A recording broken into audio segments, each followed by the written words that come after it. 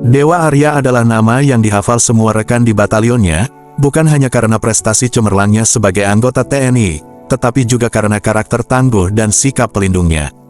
Meski memiliki tubuh kekar, tatapan matanya selalu terlihat tenang, hampir dingin. Satu-satunya orang yang mampu membuat hati keras seorang Dewa Arya melunak hanyalah Nadia, adik perempuannya. Dewa dan Nadia dibesarkan tanpa orang tua sejak kecil. Ayah mereka, seorang veteran perang, meninggal ketika Dewa berusia 13 tahun. Sang ibu menyusul 3 tahun kemudian karena komplikasi kesehatan. Kehilangan kedua orang tuanya, membuat Dewa bersumpah untuk melindungi Nadia dengan segala yang ia punya. Nadia, ingat, kalau ada yang macam-macam, jangan hadapi sendirian. Kakak selalu di sini, kata Dewa suatu kali saat mengantar Nadia ke kampus.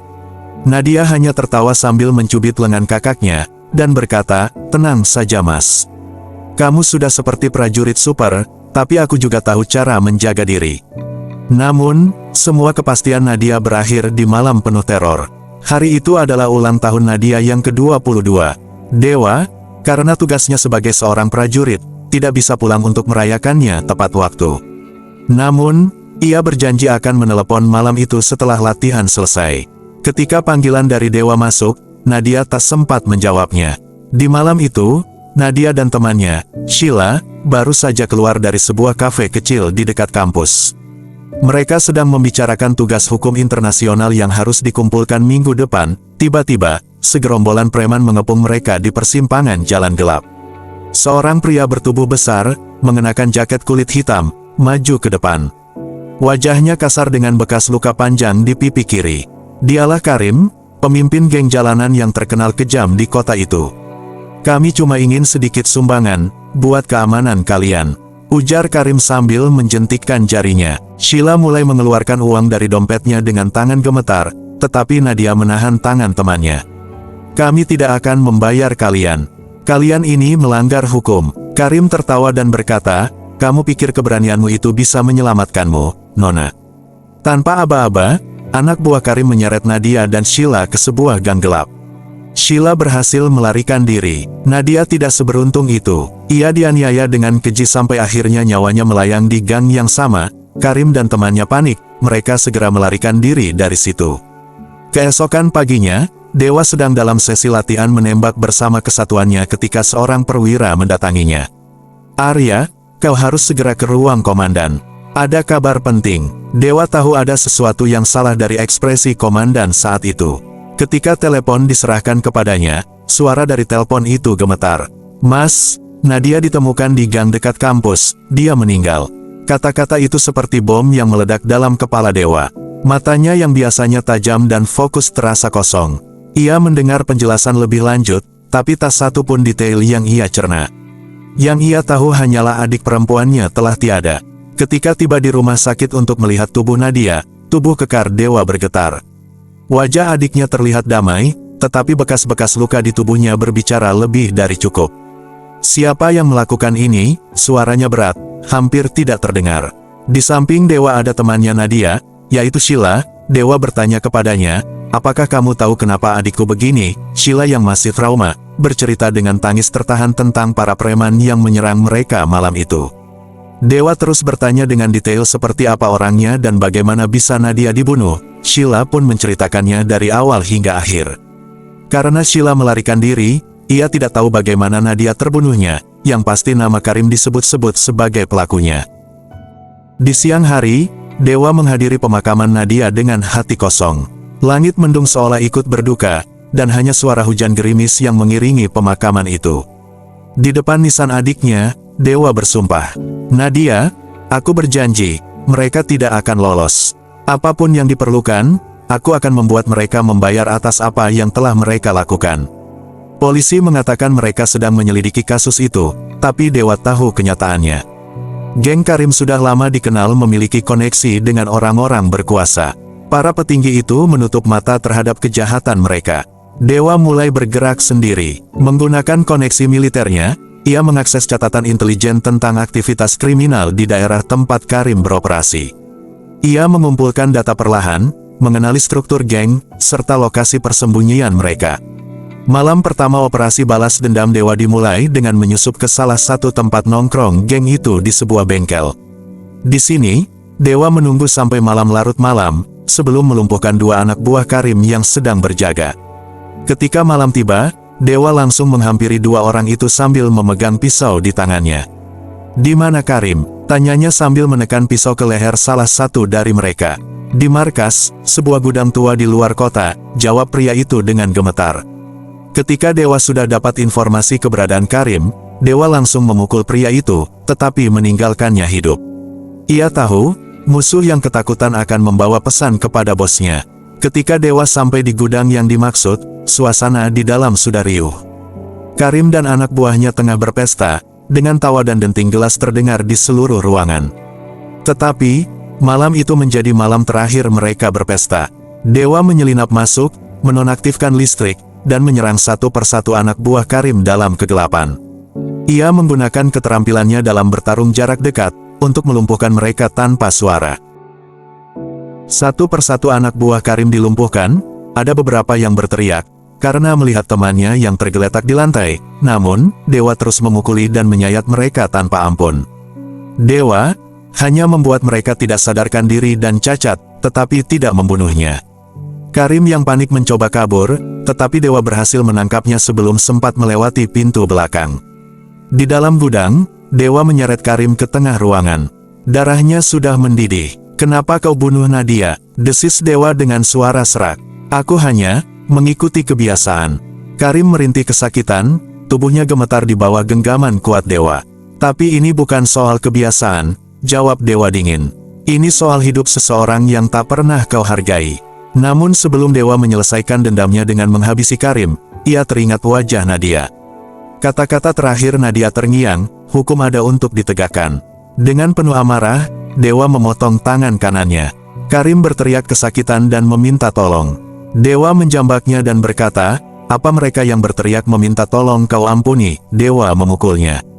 Ketika Dewa sudah merasa puas, ia menghubungi polisi dan menyerahkan Karim bersama anggota gengnya. Sebelum polisi membawanya, Dewa menatap Karim sekali lagi. "Keadilan akan datang padamu," katanya perlahan. Dewa menyerahkan dirinya pada komandan untuk mempertanggungjawabkan tindakannya. Meski dihukum karena bertindak di luar jalur, tindakan heroiknya diapresiasi oleh masyarakat. Geng Karim dibongkar, dan mereka akhirnya menghadapi hukum. Waktu berlalu, meski keadilan telah ditegakkan, Dewa merasa hidupnya tak lagi sama. Setiap kali ia kembali ke barak setelah misi latihan atau operasi, ia mendapati dirinya tenggelam dalam kesepian. Dulu, Nadia selalu menyambutnya dengan cerita-cerita ceria atau setidaknya pesan-pesan singkat yang menghangatkan hari-harinya. Kini, yang ia miliki hanyalah keheningan panjang. "Bagaimana aku melanjutkan hidup ini, Nadia?" gumamnya suatu malam di depan foto adiknya yang ia pajang di kamar. Hati kecil Dewa tahu, meski dendam telah dilampiaskan dan pelaku dipenjara, ada kehampaan yang tak bisa diisi. Namun, ia bukan pria yang menyerah pada rasa sakit. Dalam diamnya, Dewa mulai mencari tujuan baru. Beberapa bulan kemudian, Dewa menerima kabar mengejutkan. Salah satu anak buah Karim yang sempat dipenjara telah bebas lebih awal karena kurangnya bukti. Pria itu bernama Adi. Ternyata Adi mulai membangun jaringan preman baru yang lebih terorganisir. Informasi itu datang dari Sheila, sahabat Nadia yang selamat dari tragedi itu.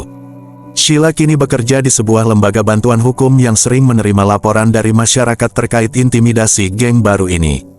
"Dewa, aku tahu kamu sudah melampaui batas untuk mendapatkan keadilan," ujar Sheila ketika mereka bertemu.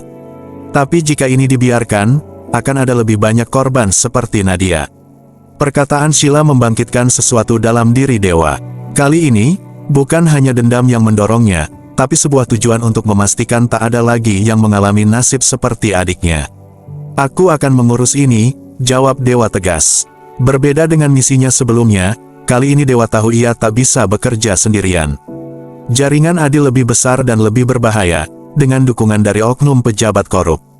Dewa pun menghubungi beberapa rekannya di kesatuan, prajurit-prajurit yang pernah bertugas bersamanya di medan perang. Mereka adalah orang-orang yang Dewa percayai sepenuhnya. Rekannya bernama Letnan Yoga. "Aku butuh bantuan kalian. Tapi ini misi pribadi, dan risiko besar, kata dewa dalam pertemuan rahasia di sebuah tempat terpencil. Rekannya, Letnan Yoga, tersenyum kecil. Kau sudah menyelamatkan nyawa kami berkali-kali di lapangan, kali ini, kami yang akan mendukungmu. Dengan dukungan tim kecilnya, dewa mulai merancang operasi untuk menggagalkan kebangkitan geng Adi. Penyelidikan mereka menemukan bahwa Adi telah beralih dari pemalakan menjadi perdagangan manusia dan narkoba. Jaringan ini lebih besar dan lebih kejam daripada apa yang pernah dilakukan Karim sebelumnya. Operasi itu memakan waktu berbulan-bulan. Mereka mengumpulkan informasi dari berbagai sumber, termasuk saksi-saksi anonim dan orang-orang yang berhasil mereka tangkap diam-diam. Setiap kali dewa melihat bukti kejahatan yang dilakukan geng Adi, anak-anak yang diculik, keluarga yang hancur karena narkoba, amarah dalam dirinya terus berkobar. Di sebuah pabrik tua yang dijadikan markas Adi, dewa dan timnya melancarkan serangan mendadak. Dengan persiapan matang dan strategi yang rapi, mereka melumpuhkan belasan anggota geng tanpa suara. Tapi dewa tahu bahwa menghadapi Adi secara langsung adalah klimaks dari misi ini. Adi, yang tertangkap basah, mencoba melarikan diri melalui terowongan bawah tanah yang sudah ia persiapkan. Tapi dewa sudah mengantisipasi langkah itu. Di ujung terowongan, di tengah malam yang gelap, dewa akhirnya berhadapan langsung dengan Adi. Pria itu terlihat ketakutan, tetapi ia mencoba melawan dengan sebuah pistol kecil yang disembunyikannya. Ini akhirnya, Adi, suara dewa dingin, tanpa emosi. Kau pikir bisa menghentikan kami semua? Jika aku jatuh, ada yang lain yang akan menggantikanku. Adi berteriak dengan panik, meskipun tangannya gemetar memegang pistol. Sebuah tembakan nyaris melukai dewa, tapi dengan cepat, ia melumpuhkan Adi dengan tendangan keras. Pistol terjatuh, dan Adi tak lagi bisa melawan. Kau tak lebih dari pengecut yang menjual nyawa orang lain untuk keuntungan pribadimu, kata dewa sambil menatapnya tajam. Aku tak takut padamu, Adi memaki, meskipun suaranya terdengar semakin kecil. Dewa menahan diri untuk tidak menyerah pada emosi. Kali ini, ia kembali memilih menyerahkan Adi pada pihak berwajib. Dengan bukti yang mereka kumpulkan selama berbulan-bulan, dewa memastikan bahwa Adi dan seluruh jaringannya tidak akan bisa lolos dari hukum. Setelah operasi itu selesai, dewa kembali ke makam Nadia. Di sana, ia duduk diam, menatap nisan yang menjadi simbol perpisahan mereka. Nadia, aku tahu aku tak bisa mengembalikanmu, tapi aku bersumpah, tak akan ada lagi yang merasakan sakit yang sama sepertimu. Kamu akan selalu menjadi alasan aku terus bertarung, ujar dewa sambil menatap nisan Nadia. Sheila bergabung dengan dewa tak lama kemudian.